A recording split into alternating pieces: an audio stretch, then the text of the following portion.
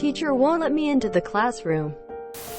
I was in my last year of high school, year 12 in Australia, and back when I was doing school, it was very important that you physically attend class. Back then, I also happened to have severe major depression and a sister who was not good at getting organized, ready to leave on time. We had a teacher at my school who I'd always despised. He didn't encourage independent thought and spent our 70-minute periods writing on the board for us to copy down, just cycling back and erasing and writing continuously. No questions allowed until the last 10 minutes. He was also notorious for not listening to students, and had an unspoken rule that he would lock students out of the class for 5 to 10 minutes further when they were late. Let's call him Mr. Richard, for obvious reasons. Well, one morning I was 5 minutes late to his class. First period 8:45 a.m. Due to my sister throwing a tantrum, I knocked on the door, and Mr. R. was the bus late. Apparently his only valid excuse for running late to class.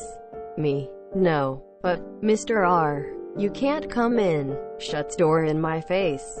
Well, after bursting into tears, I decided that his unspoken rule of being left outside the classroom for 5 minutes when one attended late never actually stated one was required to wait outside the door to enter the room when he deigned to let the student in.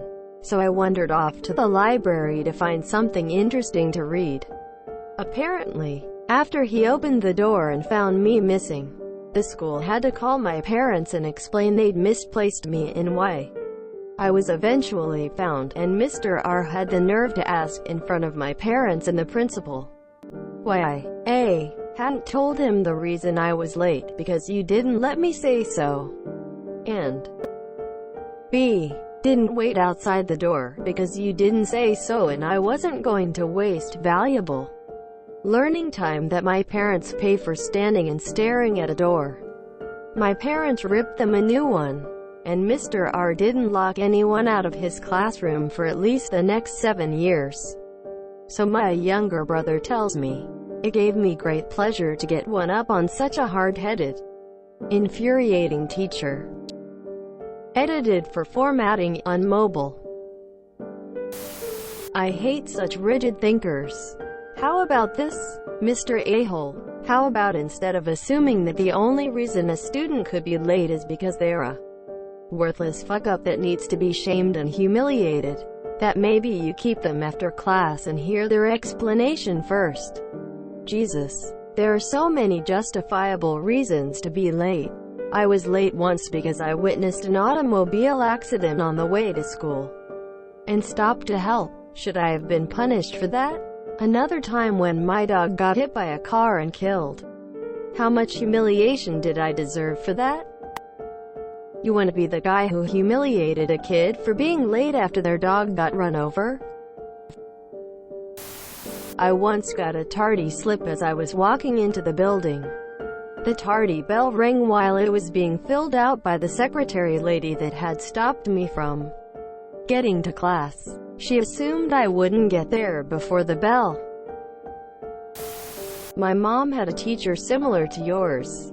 All he did was had students copy his notes every class. He also had really strict rules about talking in class.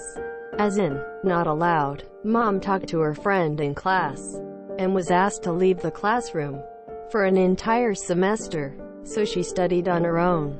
That semester ended up being the best she did in that class subject ever.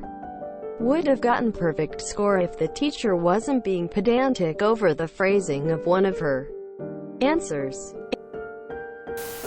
Oh yes, my one teacher also used to make us sit outside if we were late. I hated the class so much, so I came late on purpose and then sat in the hall on my phone for 45 minutes. This was in 2007, so I was probably playing Snake 2 or Bounce. I had a math teacher like that once. We hated him. Problem was, he was really involved with training the new teachers and doing all kinds of stuff that made him almost untouchable by the principal and his math colleagues. That is, Until one day the fire alarm went off in the middle of one of his never-ending monologues on the finer points of calculus. Instead of following procedure and leaving the room in an orderly fashion, "You know the drill," he kept droning and writing on. We were getting fidgety by that point because fire, adventure, and no math lesson, even if turned out only to be a drill. When the first of us dared standing up and approaching the door, the teacher locked his eyes on him, turned beet red with anger and told the brave, if unfortunate, soul to get the F back to his desk. When reminded of the fire alarm, he yelled, "I don't care. There is one person to end this lesson and that's me," and kept going. Well, it turned out not to be a drill. False alarm that got resolved before the fire department could look for the missing class. Yes, but not a drill. And boy did he get ripped a new one by the principal for endangering a whole class of us. His apology to us was an interesting exercise in half-heartedness, but he was much more careful at least until I left the school 2 years later. Kudos to you. I am still stuck on a 70-minute period though. Good read, but I have to admit the question mark in the title makes it a little clickbait-ish. Why didn't everyone just say the bus was late? Lol. If you enjoyed this video, please check out our playlists full of similar content. Epic Aircast is like doom scrolling for your ears. Please like, share, and subscribe.